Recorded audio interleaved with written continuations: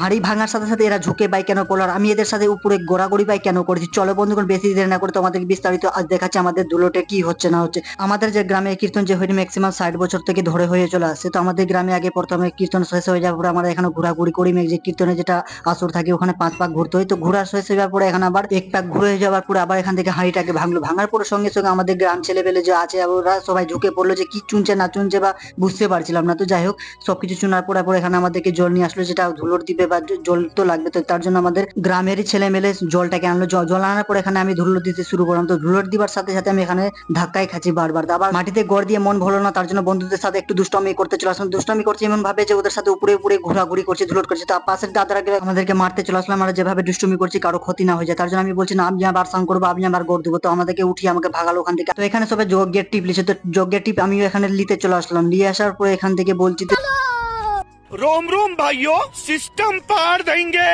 তো আমাদের ধুলোট দিবা কমপ্লিট হয়ে গেছে। তো আমরা যাবো এখান থেকে নদী সব বন্ধু মিলে। তো এখান থেকে যাবার পথে দেখলাম যে কিছু বন্ধু এখান থেকে ডান্স, ওর ডান্স একবার দেখে নি। তো বন্ধুরা দাদাটার নাচ দেখলে কেমন লাগলো? দাদাটা ওর নাচের একটাই উদ্দেশ্য আমাদের কীর্তনে যে নাচ করেছিল সেই নাচটাই দেখাচ্ছে। তো রাস্তায় যেতে যেতে আমরা খুব মজা করতে করতে আমরা চলে এসেছি আমাদের নদী ধারে এসে সবাই স্নান করতে শুরু করে দিয়েছে। তারপরে ওখান থেকে সবাই ধস মারছে, কিছু ছেলে দেখতে পাচ্ছ উপরের দিকে সবাই ধস মারছে। তো ফাইনালি স্নান করা কমপ্লিট হয়ে যাওয়ার পরে এখান থেকে আমি বাড়ি যাচ্ছি, কারণ আমাকে পালিয়ে যেতে হচ্ছে। সবাই বালি ছিটাচ্ছে, কারণ যে স্নান করে যাচ্ছে তাকে সব বালি ছিটিয়ে ফেলছে। তো চলো বন্ধুগণ নেক্সট ভিডিওতে তোমাদের সাথে দেখা হচ্ছে। ততক্ষণ ভালো থেকে সুস্থ থেকো, আর আমার চ্যানেলটাকে সাবস্ক্রাইব করতে অবশ্যই ভুলো না।